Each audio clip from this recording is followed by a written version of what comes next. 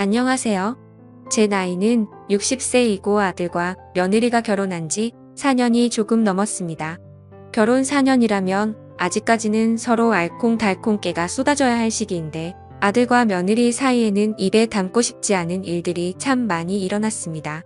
아들도 내 자식이고 며느리도 내 자식인데 그 일들을 지켜보면서 얼마나 마음이 아팠는지 모릅니다. 지금도 그 일들을 생각하면 잠을 자다가도 가슴이 답답해 가슴을 여러 번 내리쳐야 답답한 가슴이 풀리곤 합니다. 며느리는 나의 둘도 없는 친구의 딸입니다. 그 친구와 저는 어릴 적부터 한 동네에서 살았고 학교도 고등학교까지 쭉 같이 다녔습니다.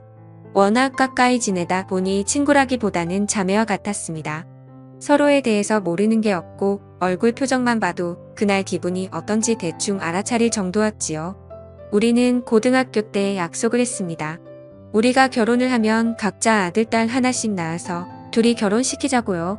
그리고 손자가 태어나면 손잡아주면서 손자 데리고 같이 놀러 다니자고요. 우리의 약속은 일부는 이루어지고 일부는 이루어지지 않았습니다. 우리가 했던 말대로 훗날 결혼해서 저는 딸 둘의 아들 하나를 낳았고 그 친구는 딸만 하나 낳았습니다. 우리의 아이들은 다행히도 착하고 성실하게 뒷바라지를 해주었고 우리는 서로 누가 먼저일 것도 없이 아들, 딸의 중매쟁이가 되어서 결혼을 성사시켰지요. 아들, 딸 결혼식 하는 날 우리는 얼마나 기뻤던지 서로 끌어안고 덩실덩실 춤을 추었습니다. 이제 손자가 태어나면 되겠다고 하면서요. 그런데 계획대로 되지 않는 것이 사람 인생인가 봅니다. 아이들이 결혼하고 3달 후 친구와 친구의 남편은 교통사고로 둘이 나란히 세상을 떠났습니다. 상갓집을 다녀오다가 나서 문상하고 오는 길에 졸음운전을 해서 사고가 났다고 했습니다. 친구 사고 소식을 듣고 병원에 갔을 때 이미 친구는 숨을 거둔 상태였습니다. 병이라도 앓다가 떠났으면 그렇게까지 충격적이지는 않았을 겁니다. 그 친구의 갑작스런 죽음에 얼마나 황망하던지 장례식이 끝날 때까지 눈물도 나지 않았습니다. 친구를 수목장에 뿌리고 집에 온 그날 저는 몸살을 앓으면서 꼬박 이틀을 앓아누웠고 정신을 차리고 나니 내 옆에 친구가 없다는 것이 현실로 와닿았습니다. 그제야 저는 그동안 참아왔던 울음을 다 쏟아내었습니다. 하늘도 원망하고 먼저 간 친구도 원망하고 그러다가 살아있는 나도 이렇게 힘든데 모든 것을 두고 떠난 친구는 얼마나 힘들까요? 친구 생각에 가슴이 미어졌습니다. 울고 또 울면서 하늘 토해내듯 하늘에 있는 친구에게 말했습니다. 네 딸 우리 집에 보내주어서 고맙다. 네 딸은 내 딸이나 마찬가지니 내 아들보다 더 네 딸을 아끼고 사랑해주마. 나중에 손주가 태어나면 꼭 외할머니 얘기를 들려줄 것이다. 외할머니와 친할머니가 얼마나 친하고 둘도 없는 친구였는지, 외할머니가 얼마나 재미있고 좋은 사람이었는지 우리 얘기를 옛날 이야기 들려주듯 들려주겠다. 친구에게 얘기하면서 그 약속을 꼭 지키게 노라며 저는 다짐하고 또 다짐했습니다. 그런데 친구에게 참으로 볼 면목 없는 일이 일어났습니다. 친구가 떠나고 2년 후 자식보다 만큼이나 애틋한 며느리가 얼굴이 퉁퉁 부어서 저를 찾아왔습니다. 돌이 막 지난 아이를 업고서요. 얼굴을 보니 분명 지난밤에 울고 또 운 것 같았습니다. 심상치 않은 느낌에 가슴이 철렁 내려앉았지요. 저는 왜 그러냐고 묻기 전에 차 한 잔을 내왔습니다. 며느리는 차를 한 모금 마시더니 또 눈물을 툭 쏟아냈습니다. 속에 고인 눈물은 다 쏟아내어야 병이 안 된다 싶어서 저는 아무 말도 안 하고 며느리 등만 쓸어내려주고 있었습니다. 눈물만 흘리다 서름에 복받쳐서 소리내서 울다가 나중에는 속에 있는 눈물을 다 쏟아냈는지 얘기를 꺼내더군요. 신랑한테 다른 여자가 있어요. 그만두라고 했는데 점점 더 깊어지는 것 같아요. 아무리 얘기해도 듣지를 않아요. 저 어떡하면 좋아요. 너무 힘들어요. 혹시나 했는데 나쁜 예감은 그대로 현실이 되었습니다. 제 심장이 엄청 쿵쾅거렸지만 저는 티내지 않으려고 애쓰면서 물었습니다. 어떻게 알았느냐고요? 며느리 말로는 아들이 다른 여자와 바람이 난 지 꽤 오래됐다고 했습니다. 처음에는 눈치를 못 채고 있다가 어느 순간부터 아들이 카카오톡에 올려놓은 가족 사진들을 다 삭제하더랍니다. 마치 결혼을 안 한 사람처럼 혼자 있는 사진만 계속 올려서 느낌이 이상했다고 하더군요. 그 후로 며느리가 아들을 유심히 관찰하게 됐는데 옷 속에 가려져 보이지도 않는 털을 없애기 위해서 병원에도 들락거렸는데 알고 보니 은밀한 부위의 난 털까지 레이저로 싹 없앴다고 했습니다. 그 모습을 보고 며느리가 너무나 놀라서 바람이라도 난 거냐고 물었더니 아들이 펄쩍 뛰면서 바람은 무슨 바람이냐며 요즘 그게 유행이라서 털을 없앴다고 말했답니다. 머리털은 유행 따라 기를 수도 있고 빡빡 밀어버릴 수도 있지만 그곳에 털을 없앤다는 말은 처음 듣는 소리라 참으로 괴상스럽다 생각이 들었습니다. 그래서 현장을 잡았느냐, 뭐하는 사람이냐, 가정은 있느냐 물어보니 상대는 커피숍을 하고 있는데 가정에 있는 여자이고 아이도 있는 것 같다고 했습니다. 현장을 잡은 것은 아니지만 평소에 아들이 전화기 여는 방법은 눈여겨봐두었다가 전화기에 저장되어 있는 사진과 동영상을 다 확인했다고 했습니다. 어떤 사진이 있고 어떤 동영상이 있더냐 물으니 며느리는 따로 저장해 두었던 사진과 동영상을 열어서 보여주었습니다. 정말 낯이 뜨겁고 죄를 짓는 것 같아 끝까지 쳐다보고 있을 수도 없었습니다. 제 안사람을 두고 바깥에서 딴짓하는 것은 꼭 지 아버지를 빼다 박은 듯 싶었습니다. 애 아버지도 젊을 때 어지간히 여자 문제로 제 속을 썩혔습니다. 저 몰래 살림을 살고 있는 여자도 있었고 술집에 갈 때마다 매번 함께 술을 마시는 여자도 있었습니다.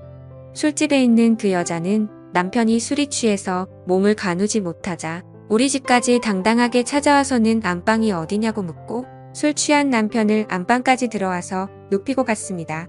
그러고는 남편을 여보라고 부르면서 내일 보자고 하더군요. 어찌 그리 뻔뻔스러운지 그걸 보고도 당시에는 등신처럼 남의 남편에게 그게 무슨 말인지 한마디도 하지 못했습니다. 그런데 술집 여자를 만나는 것은 얼마 못 가 시들해졌고 진짜로 바람피는 여자는 같이 살림을 사는 여자였습니다. 여자가 생기고 난 후 남편은 집에도 잘 들어오지 않고 거의 그 여자 집에 살다시피 했습니다. 시장에서 장사하는 여자라는 소리를 듣고 물어가며 찾아갔더니 대낮부터 둘이 역겨운 짓을 하고 있었습니다. 설마 하다가 현장을 직접 보고 나니 세상 살고 싶은 마음이 하나도 없었습니다. 그때 죽어버리려고 잘못된 생각도 했었지만 사람 목숨이 질겨서인지 친구를 잘 둔 덕분인지 지금은 하늘로 가버린 그 친구가 저를 제일 먼저 발견하고 어디서 손수레를 하나 끌고 와서는 나를 태우고 병원까지 힘닿는 만큼 달려갔습니다. 그때 기억으로는 정신줄 놓지 말라고 죽으며 난 되니까라고 계속했던 것 같습니다. 결국 그 당시 위험한 고비를 겨우 넘기자 친구는 무작정 그 여자한테 찾아가서는 나 대신 그 여자 머리채를 뜯어놨습니다. 그날 친구 머리도 한 움큼 빠지고 그 여자 머리도 한 움큼 빠지고 두 여자가 싸웠다는 소문이 온 시장에 쫙 퍼졌어요. 그렇게 죽을 고비를 넘기고 나니 애 아빠도 정신을 차렸는지 어쨌든 집에 들어오지 않는 일은 없었습니다. 남편이 다른 여자를 만난다고 해서 하늘이 무너지는 것도 아니지만 그 비슷한 마음이 든다는 것을 그 누구보다 잘 알기에 며느리의 이야기를 듣고 나니 가슴이 미어지는 듯 했습니다. 제가 잘못된 생각을 했을 때 제 친구가 저를 살려주었듯이 이제 내가 내 며느리를 살려주어야겠다 생각했어요. 나는 며느리의 손을 꼭 잡고 걱정하지 말아라. 조만간 끝내러 가자고 했습니다. 이런 외도는 길어봐야 좋을 것 하나도 없고 가만히 있으면 너를 만만하게 보고 서로 당연한 듯이 만나고 다니게 된다고 해. 내가 다 알아서 할 테니 너는 언제 만나는지 약속 장소만 알아내고 너는 내 뒤만 따라다녀라 했죠. 아들한테 들키지 않게 조심하고 일단 현장을 잡자고 했습니다. 며느리를 보내고 나는 이 일을 어떻게 할까 밤잠을 설치고 고민했어요. 그리고 이틀 뒤 주말에 약속이 잡힌 것 같다고 며느리한테 연락이 왔습니다. 나는 애는 시어버지한테 맡기고 같이 움직이자고 했죠. 주말 아침 일찍 며느리는 우리 집으로 왔고 우리는 차를 타고 아들 집 앞에 기다리고 있었다가 아들이 떠나는 것을 보고 며느리와 함께 아들 차 뒤를 따라갔습니다. 어떤 아파트 입구에서 여자 하나를 태우고 가더군요. 지 어머니가 뒤따라가는데도 그 녀석은 모르더군요. 1시간 정도 차를 타고 가더니 둘은 점심을 먹고 커피까지 마신 뒤에 모텔로 들어갔습니다. 나도 며느리와 함께 모텔로 들어갔어요. 아들의 차가 주차되어 있는 것을 보고 모텔 주인을 찾아갔네요. 방금 들어간 애는 어디로 들어갔냐고 물었더니 알려줄 수 없다고 하더군요. 모텔 운영의 철칙이라고 했습니다. 그래서 당신께서 제가 지갑에서 돈 10만 원을 꺼내어 주인에게 건네며 말했죠. 이거 받고 난 뒤에 사람 하나 살린다고 생각해주세요. 며느리와 아들이 바람난 현장을 잡으러 왔어요. 지금 빨리 안 잡으면 젊은 사람들의 인생이 끝날지도 모르겠어요. 내가 왜 내 아들 외도 현장을 잡으러 왔을까요? 우리 손자가 이제 겨우 돌 지난 아기라고요. 한 번만 봐주세요. 그러더니 주인은 매우 난감한 표정을 지으면서 그래도 안 되겠다고 하더군요. 자기가 이렇게 알려준 게 소문이라도 나면 손님 다 끊긴다고 말하면서 말이죠. 그래서 제가 10만 원 더 주면서 말했어요. 결코 어디 가서 이 집에서 알려줬다고 말하지 않을 거예요. 내 아들 일이니 가족끼리 조용히 처리할 겁니다. 주인도 내 연배 정도 돼 보이는데 한 번만 봐주세요. 젊은 애가 남편 바람 피우는 걸 보고 있으니 내가 억장이 무너져서 그래요. 한 번만 봐주세요. 그랬더니 주인이 한동안 생각을 하더니 내가 이 일을 40년째 하고 있는데 바람 피우는 사람들이 얼마나 많은지 딱 보면 알아요. 그 덕에 내가 먹고 사는 것은 있지만 우리 바깥 향반도 내가 아는 모텔에서 바람났어요. 지금은 저 세상 가고 없지만 그 인간 죽고 나서도 바람 피우다 내 속 썩힌 건 평생을 따라다니더군요 라고 말하면서 먼저 앞장서 가더니 이번뿐이라며 다음에는 결코 안 된다고 하면서 2층 복도 맨 끝에 있는 오른쪽 방을 알려주었습니다. 그러고는 돈을 받지 않아도 된다며 거절했어요. 저는 감사하다고 속으로 생각하며 그래도 돈 10만 원은 받으라고 억지로 옷에 넣어 주었습니다. 며느리와 함께 모텔 주인이 가르쳐준 방으로 찾아갔어요. 벌써 안에서는 소란이 나 있는 것 같았어요. 내가 며느리를 볼 낯이 없고 생전에 무슨 죄가 그렇게 많아서 남편 바람난 현장을 본 것도 모자라서 아들이 바람난 현장까지 봐야 하는지 참으로 고뇌스러웠지만 그래도 할 일은 해야 했기 때문에 며느리를 꽉 잡고 내가 다 알아서 얘기할 테니 너는 사진을 찍어도 상관없다고 증거를 남기고 싶으면 남기라고 말하며 문을 조용히 여러 번 두드렸습니다. 그러자 안에서 요란한 소리가 사라졌어요. 그래서 다시 문을 두드렸습니다. 안에서 뭐 하세요? 누구세요? 하는 아들 목소리가 들려왔어요. 저는 계속 문을 두드렸습니다. 아들이 가운만 걸치고 문을 열고서는 저와 며느리를 보고 어버버거리며 당황해 하더군요. 가운을 대충 걸치고 나온 아들 얼굴을 쳐다보고 있는데 젊었을 때 지 아버지 얼굴이 얼마나 닮았는지 분통이 터져서 그 녀석의 등짝을 잇는 힘껏 내리쳐버렸습니다. 네가 네 아버지한테 닮을 게 없어서 이런 더러운 버릇을 담느냐고. 네 배우자한테 지은 죄를 어찌 다 갚으려고 이런 짓을 하느냐고. 나중에는 때리다 손목이 다 아파서 신고 있던 신발을 벗어서 등짝을 내리쳤습니다. 그 녀석이 그래도 자기가 잘못한 걸 알고 있는지 때리는 대로 맞으며 가만히 있더군요. 내가 신발을 며느리에게 쥐어주고 너도 분이 풀리도록 때려주라고 했죠. 그랬더니 며느리는 전화기 카메라를 끄고는 제가 준 신발을 받아들고 아들의 등을 내리쳤습니다. 며느리가 아들의 등을 내려치고 있는 동안 아들과 바람난 여자에게로 갔습니다. 가정을 꾸리고 아이를 돌봐야 할 나이에 여기서 무슨 짓을 하는 거냐고 물었어요.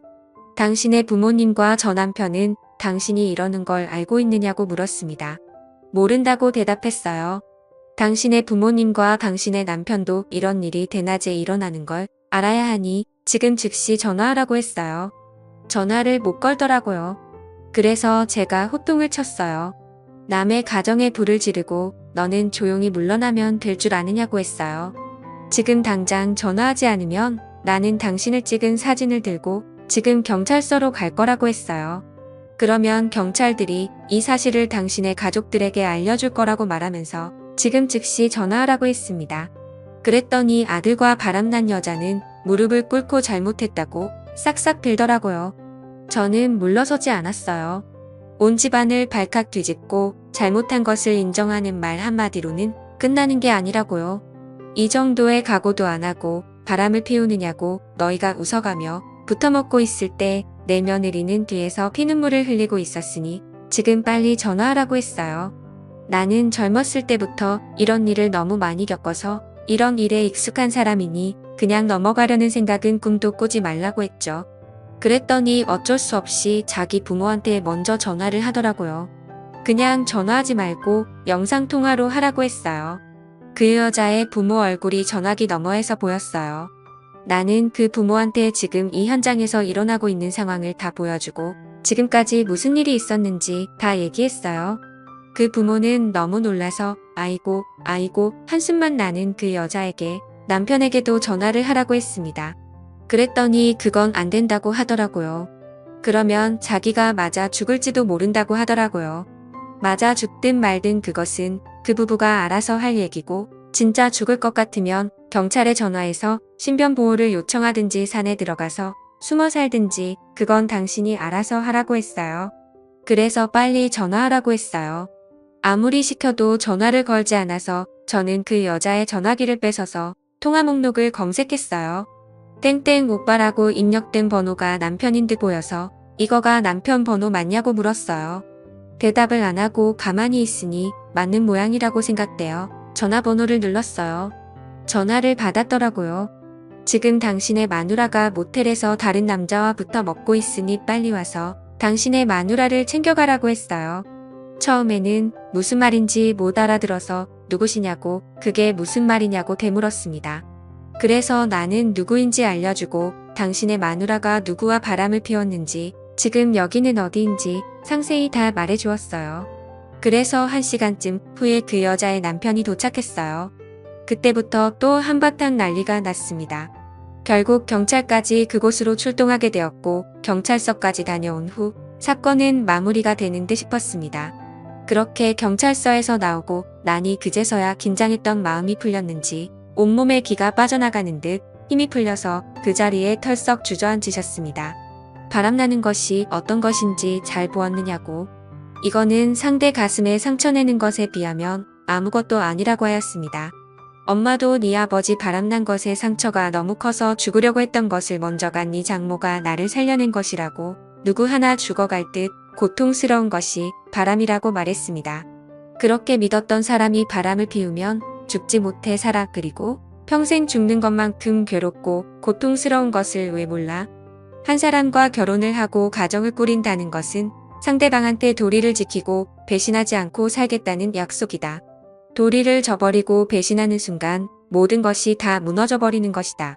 너는 네 배우자에 대한 도리를 저버리고 배신했으니 무릎 꿇고 사죄하라. 며느리가 너를 용서하면 나도 너를 용서하고 아들로 생각할 것이고 며느리가 너를 용서 못하면 나 역시 너하고 인연을 끊고 나는 이제 아들 없는 셈치고 살란다. 뿐만 아니라 내 재산하고 모든 것은 혼자 며느리한테 다 넘겨줄 것이나 너도 살고 싶거든 네 배우자한테 온 정성을 다해서 용서를 빌어라. 그리고는 저는 그 자리를 벗어났습니다. 두 사람 문제이니 결국엔 두 사람이 응어리를 풀어야 되니까요. 아들 내외를 뒤로하고 차를 타고 집으로 오는데 어찌나 눈물이 나고 친구 생각이 나던지요. 내가 네 딸한테 상처 주지 않겠다고 그렇게 약속했는데 본의 아니게 딸한테 상처를 주었다고 미안하다고 다 내가 부덕해서 그런 거라고 생각했습니다. 그래도 네 딸과 내 아들 앞으로는 마음 잡고 살 수 있도록 네가 하늘에서 도와주라고요. 이대로 끝나면 그 상처는 평생 가지만 둘이 힘을 합쳐서 살아가면 그래도 그 상처가 아물기는 한다고요. 네가 도와달라고 친구한테 부탁하고 또 부탁했습니다. 저는 그날 집에 와서 알아 누웠습니다. 온몸에 기가 다 빠져나간 것 같았습니다. 그리고 한 2주 동안은 잠잠했습니다. 아들한테도 며느리한테도 아무 연락이 없더군요. 저도 연락을 하지 않고 기다렸습니다. 둘이 현명하게 잘 해결하리라 믿고요. 그랬더니 아들하고 며느리가 나란히 우리 집에 왔습니다. 둘이 얘기를 잘 끝냈는지 한 번은 눈 감고 넘어가기로 했다고요. 그리고 앞으로는 평생 서로만 바라보겠다 각서도 썼고 아들이 받는 월급은 며느리한테 다 넘겨서 앞으로 아들은 용돈만 받아 쓰겠다고 하더군요. 그리고 마음 다잡는 의미로 차도 놔두고 대중교통 이용해서 회사 다니겠다고요. 아들 내외는 지난 주말에 장모가 묻힌 수목원에 가서 장모한테도 사죄를 하고 왔다고 했습니다. 다시는 이런 일 없을 테니 용서를 해달라고 했다고요. 그 얘기를 들으니 가슴에 탁 걸려있던 돌덩이가 내려가는 듯한 느낌이 들었습니다. 저는 아들 내외의 손을 잡고 내 새끼들 잘했다라고 같은 소리를 10번도 더 해주었습니다. 상대 쪽에서는 이혼하고 우리 아들을 상간남으로 소송을 걸었더라고요. 결국 만져보지도 못한 돈 2천만 원을 대출받아서 위자료로 넘겨주더군요. 그 또한 당연히 달게 받아야 할 벌이다 싶어서 아들이 해결하도록 주었습니다. 아들은 월급은 며느리한테 넘기고 저녁에 퇴근하고 대리운전까지 하면서 고생을 하면서 대출금을 갚고 있습니다. 한번 잘못된 선택을 해서 안 해도 될 고생을 하고 있는 것이지요. 바람이라는 것이 참 그렇습니다. 저도 겪어보고 주변 사람들 바람 피는 것도 보니 바람은 순간적인 실수로 지나가는 악몽과도 같더군요. 그 순간에는 바람이야 보드랍게 불어와서 정신을 차리지 못하지만 지나고 나면 그 세월이 너무 허무하고 그렇게 보드랍던 바람은 칼바람이 되어 불어왔습니다. 칼바람이 불고 난 뒤에는 후회해도 이미 늦은 때이지요. 칼바람에 주변 사람들이 다 상처를 입게 되니까요. 그런 것도 모르고 불나방처럼 불길로 뛰어드는 사람들이 많은데 세상의 모든 사람들이 우리 아들처럼 어리석은 선택하지 말고 부디 자기 가족 챙기면서 잘 살기를 바랍니다. 감사합니다.